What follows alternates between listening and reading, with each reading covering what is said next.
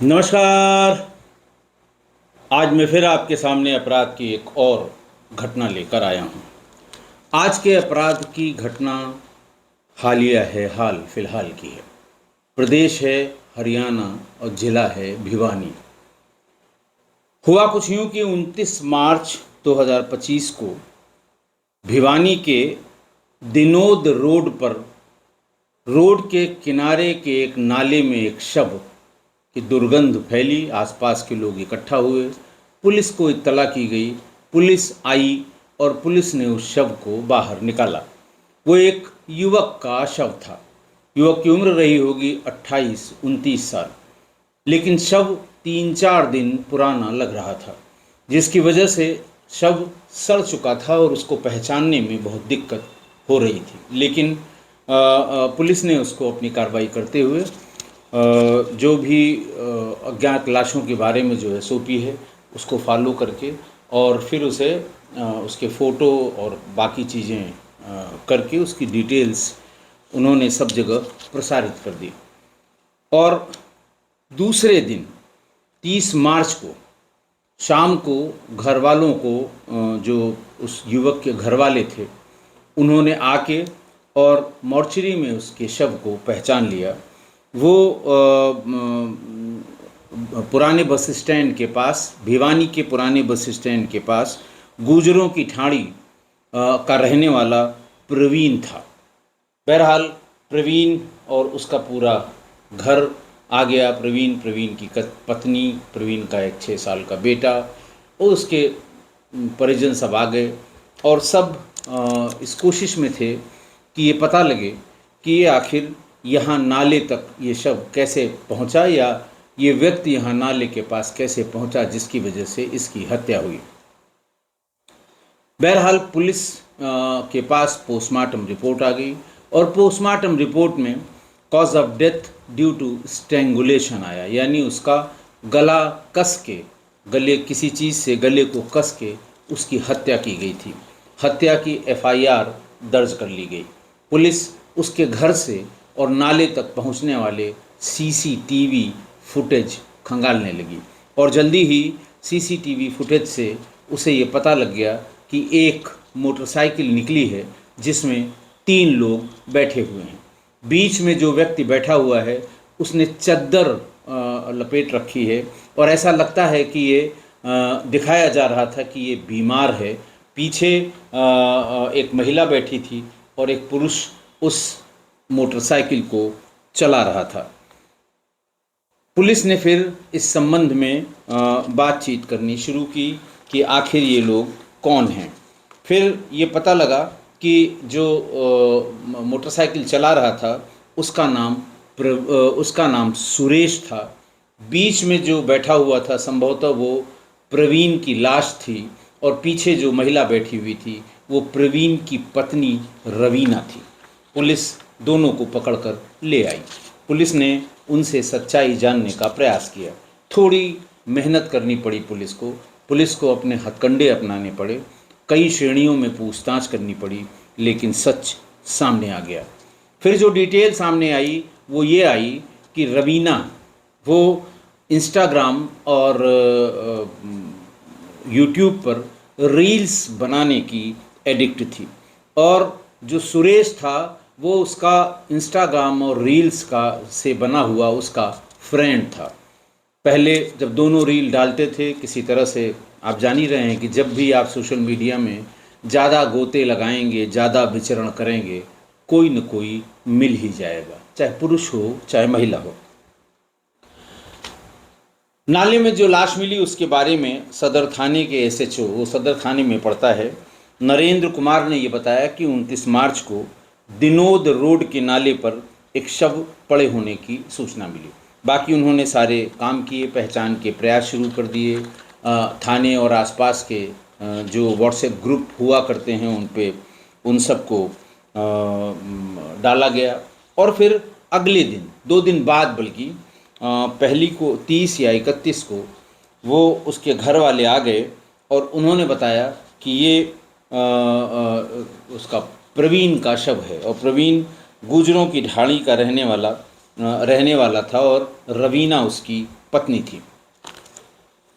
अब पुलिस ने बातचीत के आधार पर बातचीत करनी, मैं आपको बता रहा हूँ केस खुला कैसे कैसे पता लगा। ये तो मैंने आपको बता ही दिया कि जब वो पकड़े गए तो उन्होंने तमाम प्रयास के बाद सही बात बता दी।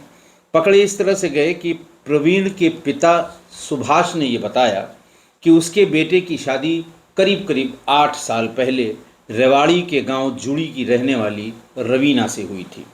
उसका एक बेटा भी है जो आज की तारीख में करीब करीब 6 साल का है। शादी के करीब 1.5 साल 2 साल बाद प्रवीण और रवीना के बीच में अनबन हुई। उसके पिता ने बताया कि प्रवीण को उसकी पत्नी रवीना के रील्स बनाने पर एतराज़ था।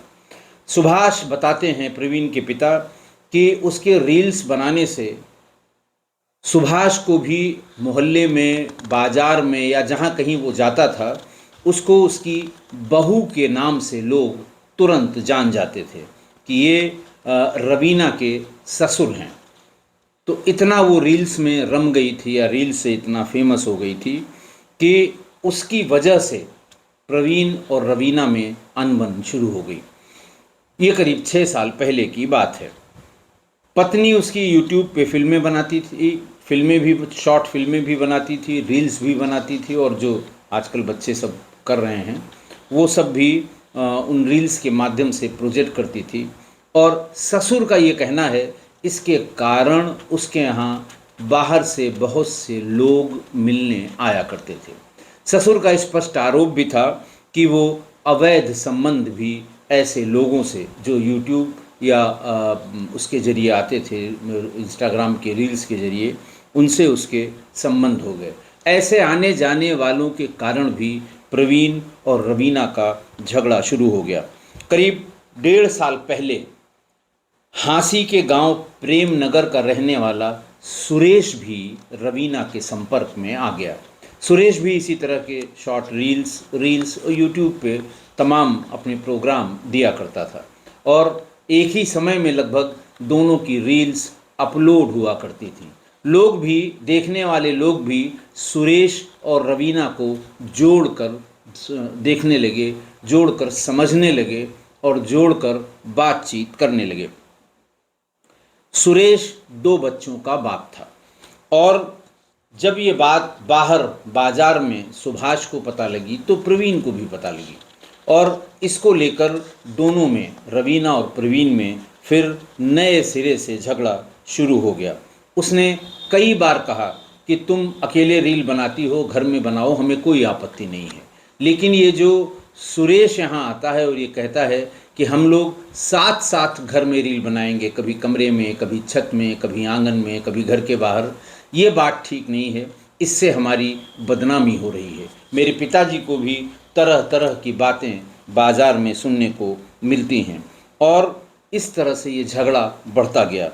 और होली में वो आई, प्रवीण की होली में भी उससे बहुत कहा सुनी हुई, लेकिन होली के बाद से प्रवीण का कोई पता नहीं लगा। 25 मार्च की शाम को रवीना घर आई थी।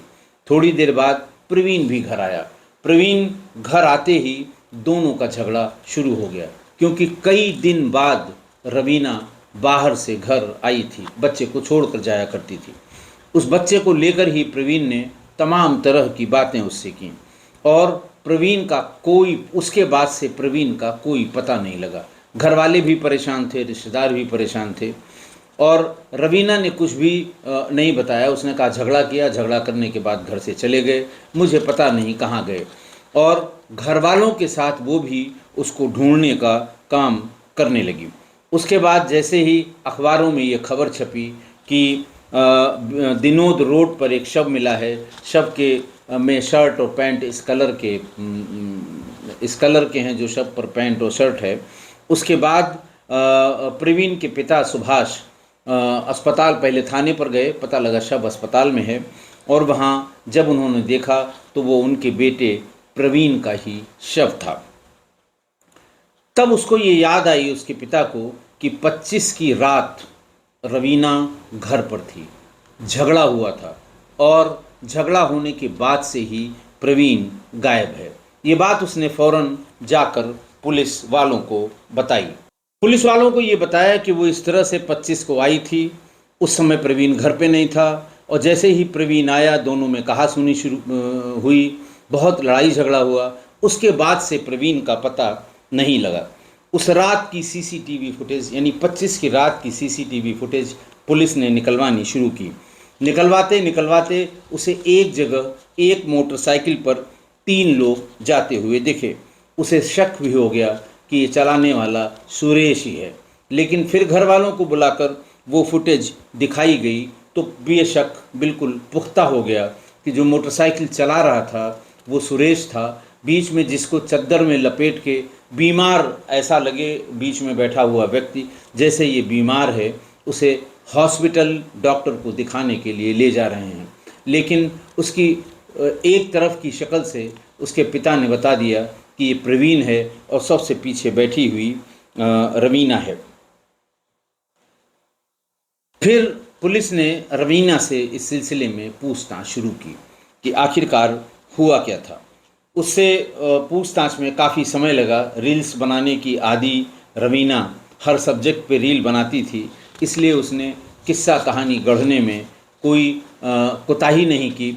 तरह तरह के किस्से पुलिस को बताए, लेकिन पुलिस को सीसीटीवी फुटेज से इतने पुख्ता प्रमाण मिल गए थे कि पुलिस को भी पूछताछ करने में कोई हिचकिचाहट नहीं हुई और पुलिस ने अपने सभी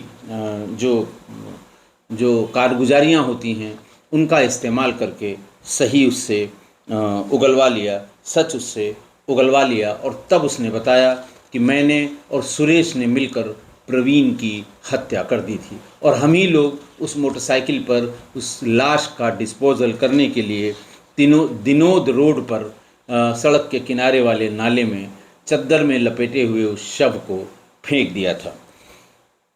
उसने फिर सिलसिलेवार बताया कि वो पति से मिलने के लिए होली के समय घर आई और उसके आते ही जब वो आई तो प्रवीण घर पे नहीं था। प्रवीण जैसे ही आया उसका झगड़ा शुरू हो गया और वो गुस्से में बहुत बातें उसको बोलने लगा। जब काफ़ी कहासुनी हो गई तभी उसने कहासुनी हुई। फिर उसके बाद खाना खाया। खाना खाने के बाद वो लेटने चला गया, लेकिन सोया नहीं था। उसी गुस्से में मैंने यानी रवीना ने बताया कि मैंने सुरेश को फ़ोन लगाया और ये कहा कि अब तुम चले आओ, अब बहुत हो गया, इसे रास्ते से हटाना होगा। थोड़ी ही देर में सुरेश भी आ गया।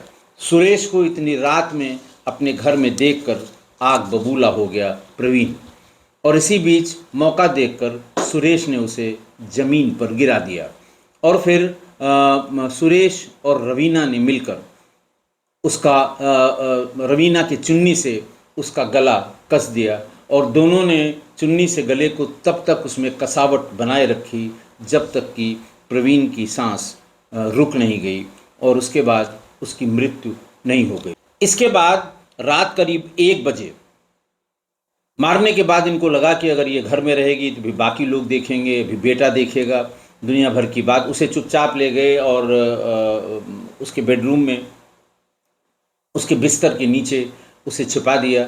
अनाज की कुछ बोरियां थीं वो सामने रख दी ताकि कोई अगर घुसे तो प्राइमा फेसी उसे लाश पलंग के नीचे न दिखाई पड़े। फिर दोनों ने प्लान बनाया कि इसका डिस्पोजल कैसे किया जाएगा। सुरेश और रवीना ने मिलकर पहले सिर को खुला रखा, सिर के पूरे भाग को चद्दर से अच्छी तरह से लपेट दिया और उसको हाथ और पैर उससे नाड़े से, पजामे के नाड़े से या पेटीकोट के नाड़े से उसे बांध दिया ताकि उसे बैठाने में जब वो मोटरसाइकिल पर बैठाएं तो उसका हाथ पैर इधर उधर न दिखाई पड़े या झूलता हुआ न दिखाई पड़े कि आने जाने वाले को शक हो जाए कि जो ये व्यक्ति है इसकी मृत्यु हो चुकी है। लेकिन सिर खुला रखा ताकि अगर कोई देखे तो उसकी यही समझ में आए कि इस व्यक्ति की तबीयत खराब है और इसे अस्पताल कहीं पर ये महिला ले जा रही है। साथ में महिला होती है तो लोग कम शक करते हैं कि ज़रूर कोई न कोई बात होगी, तभी उसकी घर की महिला उसे कहीं ले जा रही है। खैर, बीच में शव को पकड़कर वही बैठी थी, अपने पति के शव को पत्नी रवीना ही पकड़कर बैठी थी। उसके बाद दिनोद रोड पर पहले ही उसको अंदाज़ा था सुरेश को कि दिनोद रोड वाले बड़े नाले में ही इसे फेंकना है। घर से निकलकर वो उस नाले में ही उसको फेंक दिया और फिर वहीं से दोनों चले गए, घर नहीं लौटे, सुरेश और रवीना दोनों। 28 मार्च को रवीना फिर घर आई और देखा कि पूरा घर प्रवीण को खोज रहा है। उसके ऊपर सवालों की बौछार लोगों ने कर दी। उसने शांत भाव से ये बताया, आप सभी लोग जानते हैं कि मेरे रील्स बनाने पर प्रवीण को कितना एतराज़ था और उस दिन भी उसने बहुत कहासुनी की, मुझसे मारपीट भी की और फिर गुस्से में घर से बाहर चला गया। मुझे नहीं पता कि वो कहाँ गया है, लेकिन सीसीटीवी ने सारी पोल पट्टी जितनी थी सुरेश और रवीना दोनों की खोल दी और फिर दोनों ही पकड़े गए। आज की घटना देखिए, आज फिर एक पति की हत्या हो गई। पिछले 5-7 दिनों में जो चीज़ें, जैसे मेरठ की 2 घटनाएं और भी घटनाएं जिसमें पत्नी ने अपने प्रेमी के साथ मिलकर पति की हत्या की या कराई, तो आज की घटना में भी एक बेचारा निरपराध पति इन दोनों के, अपनी पत्नी और उसके प्रेमी के हाथ मारा गया। कारण सिर्फ इतना कि पति अपनी पत्नी के प्रेम संबंधों से परेशान था। ज़्यादा लोगों को आना, रील्स का बनाना, ये बहाना बनाना कि ये रील्स बनाने वाले हमारे दोस्त हैं, हम इनके साथ रील्स बनाते हैं, हमें उससे व्यूज़ मिलते हैं, हमें उससे पैसा मिलता है। तो इस चीज़ का उसने दिमाग ये लगाया प्रवीण ने कि अगर इसका रील्स बनाना बंद हो जाए तो लोगों का आना जाना और इससे संपर्क में रहना और ख़ासकर सुरेश का घर पे आना जाना अपने आप बंद हो जाएगा और सुरेश से इसको छुटकारा मिल जाएगा। एक बार उसका आना जाना बंद हो जाए फिर कोई दिक्कत नहीं होगी, हम धीरे धीरे इसको समझा लेंगे। पति प्रवीण ने पत्नी को रील्स बनाने के लिए मना करना शुरू किया कि अब तुम रील्स बनाना बंद कर दो, बहुत बदनामी हो रही है, तुम्हारी रील्स की वजह से ही लोग हम पर कमेंट और टॉन्ट करते हैं और ख़ासकर किसी के साथ घर में रील्स बनाना, सुरेश के साथ रील्स बनाना घर के भीतर, ये मुझे बिल्कुल पसंद नहीं है। तो या तो तुम अकेले रील बनाओ या कुछ दिन के लिए रील बनाना बंद कर दो। इस बात पर रवीना बिल्कुल राज़ी नहीं हुई। उसने कहा बिल्कुल मैं रील बनाऊंगी, रील पोस्ट करूंगी और हम जिसके साथ चाहें उसके साथ रील बनाएंगे। तुम्हें घर में आपत्ति है, ठीक है, अब हम लोग बाहर की लोकेशंस, वैसे भी घर की लोकेशंस वाली रील अब बहुत हो गई हैं, इसलिए उसमें उतने व्यूज़ नहीं आ रहे हैं। अब हम लोग बाहर की लोकेशन पर रील बनाएंगे। जैसा उसके पिता ने बताया कि रवीना और सुरेश नज़दीक ही आए यूट्यूब और इंस्टाग्राम पर रील बनाने के चक्कर में। फिर धीरे धीरे दोनों ने अपनी टाइमिंग सेट की, कौन पहले अपलोड करेगा, कौन बाद में करेगा। फिर फ़ोन से बात शुरू हुई, फिर बाहर मिलना शुरू हुआ और फिर इस बहाने से रवीना उसे घर बुलाने लगी कि हम लोग मिलकर रील्स बनाएंगे, वो ज़्यादा हिट होगी, तुम अपने यहाँ पोस्ट करो, मैं अपनी आईडी से पोस्ट करूँगी। फिर इस बहाने से दोनों घर पे आने लगे और तभी दिमाग खटक गया प्रवीण का कि अब मामला कुछ ज़्यादा ही गड़बड़ है और इसी बात को लेकर प्रवीण से उसका झगड़ा बढ़ता गया और बहुत बढ़ने लगा। तब प्रवीण और रवीना ने अपने अपने घर में ये बताया कि अब घर वाली रील्स उतनी नहीं चल रही हैं, हम दिल्ली जा रहे हैं, दिल्ली के जो एंशिएंट मॉन्यूमेंट्स वाले जो प्लेसेस हैं, जो जगह हैं, वहाँ पर जो लोकेशंस हैं, वहाँ पर हम रील बनाएंगे तो हमारी रीच भी बढ़ेगी, हमारे व्यूज़ भी बढ़ेंगे। इस बहाने से वो 3-3, 4-4 दिन बाहर रहने लगे, दिल्ली या दिल्ली के आसपास की ऐसी जगहें जहाँ पर एंशिएंट मॉन्यूमेंट्स थे, वहाँ पर ये दोनों जाके रील्स बनाने लगे और फिर साथ रहने भी लगे। ये बहाना था उनका बाहर रील्स बनाने के लिए। और लेकिन पैसा कितना दिन टिकता है, 4-6 दिन बाद जब पैसा ख़त्म होता था वो फिर वापस आया करती थी और उसके आते ही उसके साथ गाली गलौज करने लगता था प्रवीण। तब उसे ये लगा कि अब बहुत हो गया और दोनों ने मिलकर, सुरेश और रवीना ने मिलकर ये डिसाइड किया कि अब इसको रास्ते से हटाना ही पड़ेगा। और सुरेश तो चाहता ही था कि एक बार रवीना राजी हो जाए, क्योंकि उसका पति है, तो इसको रास्ते से हम हटा देंगे। और फिर वही हुआ, जिस दिन झगड़ा ज़्यादा हुआ उस दिन सुरेश को रवीना ने बुलाया और दोनों ने मिलके उसकी हत्या कर दी। देखिए, जो इंटरनेट का बढ़ता हुआ एडिक्शन है, ये पता नहीं कितनों की ज़िंदगी खराब कर चुका है और पता नहीं कितनों की ज़िंदगी खराब करेगा, आगे भी करेगा। ये मोबाइल देवता का जो प्रकोप है वो धीरे धीरे बढ़ता ही जा रहा है। देखिए, कबीर दास जी ने एक बात कही है, उनकी ये जो पुराने लोगों की कही हुई बातें हैं, कहावतें हैं, वो आज भी कितनी सटीक हैं कि उन्होंने अति के बारे में लिखा। किसी चीज़ की अति, किसी चीज़ का बहुत ज़्यादा होना, उनका बहुत फेमस, उनका बहुत ही फेमस या जो बहुत ही प्रसिद्ध एक दोहा है कि अति का भला न बोलना, अति की भली न चूप, अति का भला न बरसना, अति की भली न धूप। कबीरदास जी कहते हैं कि न तो बहुत अधिक बोलना अच्छा है, न बहुत अधिक चुप रहना अच्छा है, न बहुत अधिक पानी का बरसना अच्छा है, न बहुत अधिक धूप का निकलना अच्छा है। कहने का मतलब किसी भी चीज़ की अति वो बुरी होती है।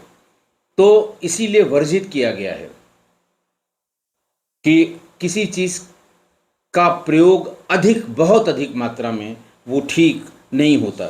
इसीलिए अति किसी भी चीज़ की खराब होती है, चाहे वो मोबाइल पर बातचीत की हो, मोबाइल पर रील्स की हो, या मोबाइल पे दूसरी एक्टिविटीज़ की का एडिक्शन हो। इसलिए इससे बचें, दूर रहें, वरना सावधानी हटी दुर्घटना घटी। आशा है आप मेरी इस बात से सहमत होंगे। आज के लिए इतना ही। बहुत बहुत धन्यवाद।